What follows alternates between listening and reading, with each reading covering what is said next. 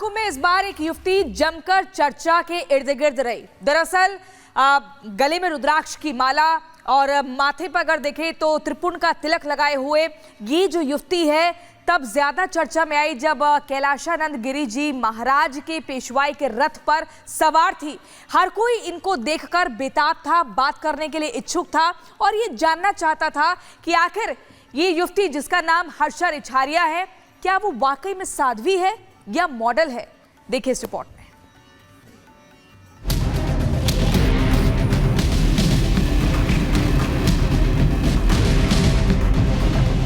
दीक्षा ली, वो बार बार वो खुद इस बात को बोल रही है कि दीक्षा ली है, साध्वी नहीं बनी। बिल्कुल जी, उसका सौभाग्य है, शिव जी की कृपा है कि गुरुदेव के सानिध्य में उसे इतनी ख्याति प्राप्त हो रही है। महाकुंभ में ये कैसा चेहरा जिसके बारे में हर कोई जानना चाहता है। ये मॉडल है या साध्वी है, या आम श्रद्धालुओं की तरह महाकुंभ में आई है, या फिर इन्होंने दीक्षा ली है। ये सवाल हर किसी के मन में उठ रहा है। इनका नाम है हर्षा रिछारिया। पेशा है मॉडलिंग, एंकरिंग और एक्टिंग। लेकिन अब ऐसे में प्रश्न है कि आध्यात्मिक चूल्हे में क्या कर रही है, इनकी असली पहचान क्या है। हर्षा आर्टिस्ट थी, एंकरिंग करती थी, वो बड़े बहुत अच्छे लेवल के शो करती थी। गवर्नमेंट शो भी की है उसने। उसके बाद ये दीक्षा ली है 2 साल से। एक्टिंग भी की है, टीवी सीरियल्स बिल्कुल की है, बिल्कुल की है एक्टिंग की। लोगों को सीख लेना चाहिए ना कि पहले इतनी बड़ी उसको नाम था, पैसा था, किसी चीज की कमी नहीं थी। नाम भी था, देश विदेश में थाईलैंड वगैरह भी गई है और न्यूजीलैंड गई है, प्रोग्राम के चलते वो करती थी।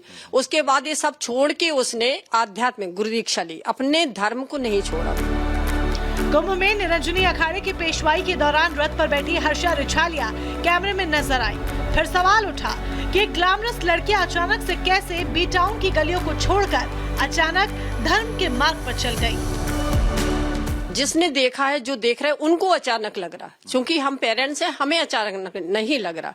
पूजा पाठ वो शुरू से करती थी, लोगों के बीच में जाके, जैसे हमारी एनजीओ है तो बीच बीच में आके वो भी काम करती थी। तो होता है लोगों की मानसिकता और सोच पर ठीक है, लोग जो देखेंगे वही बोलेंगे, है ना, उनको नहीं पता ना, इसलिए बोलने दीजिए। सोशल मीडिया पर बार बार ट्रोल किया जा रहा है कि हर्षा रिछारिया ग्लैमर की चकाचौंध को छोड़ साध्वी बन गई है। इस पर भी उनकी मां ने पर्दा हटा दिया।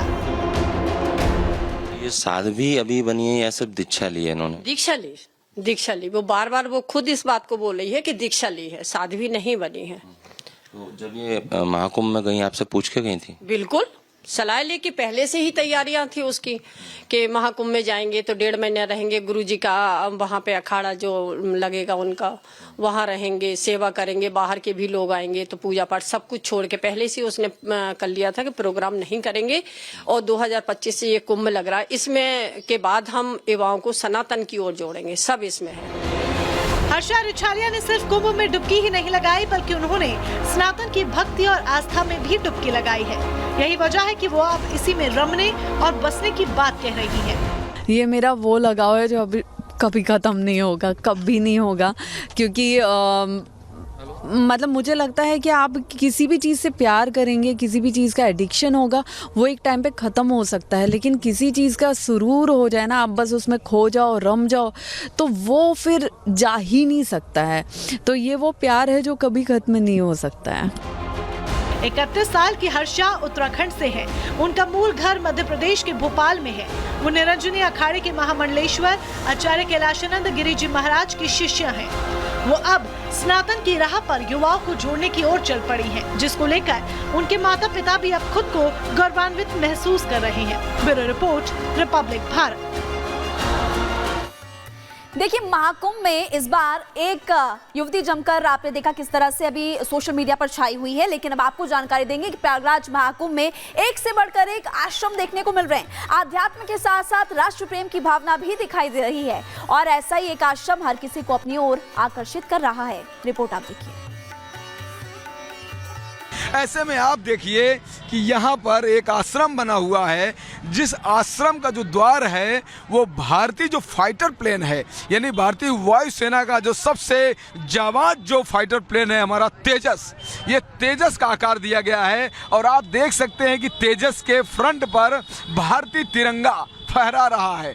आप देख सकते हैं कि भारतीय तिरंगे के साथ ये तेजस जो फाइटर प्लेन है इसका पूरा रूप दिया गया है।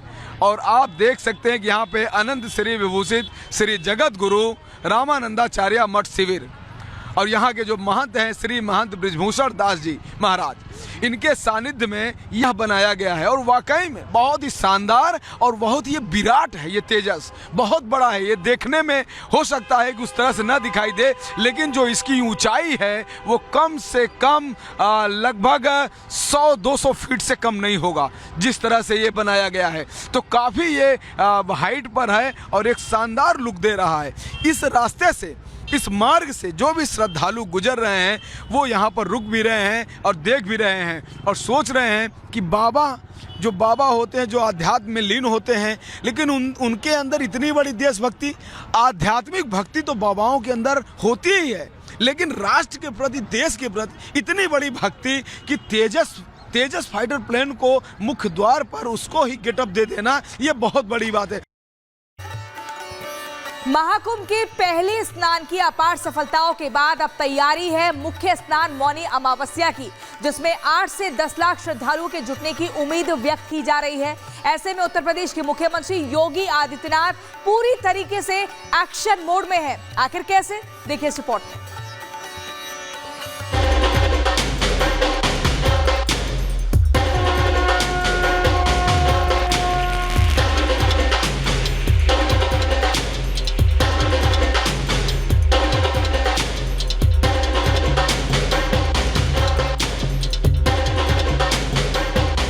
भक्ति के रंग में रंगे उत्साह से मस्ताते, झूमते, नाच गाकर आनंद उत्सव मनाते ये है सनातनी पहरेदार।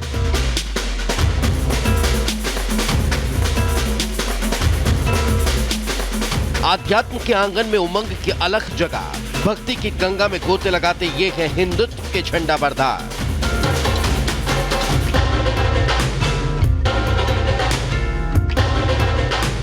महात्माओं की संगत और संतों की रंगत के यह अद्भुत दृश्य अमृत स्नान का है, जिसका साक्षी बनने शुरुआत के 7 करोड़ लोग संगम की रेती पर आ पहुंचे और अद्भुत स्नान का रिकॉर्ड बना दिया, जिसकी चर्चा दुनिया के कोने कोने में हो रही है।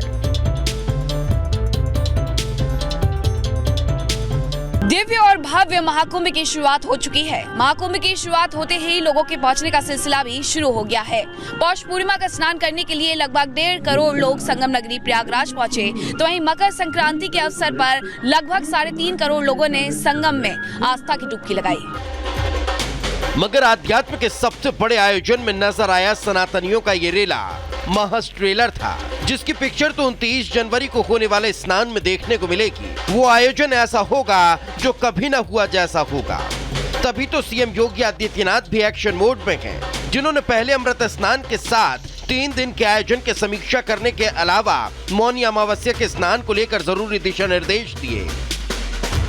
उन्होंने कुंभ स्पेशल ट्रेन समय पर चलाने, रेलवे के साथ बेहतर संवाद को, मेले में मोबाइल नेटवर्क बेहतर करें, बसों का संचालन लगातार कराया जाए, स्नान घाटों की बैरिकेडिंग की जाए, हर सेक्टर में 24 घंटे बिजली मिले, मेला क्षेत्र में पेयजल आपूर्ति की जाए, श्रद्धालुओं को स्वच्छ भोजन उपलब्ध हो, सुरक्षा के व्यापक प्रबंध किए जाएं, आदि जरूरी निर्देश अधिकारियों को दिए।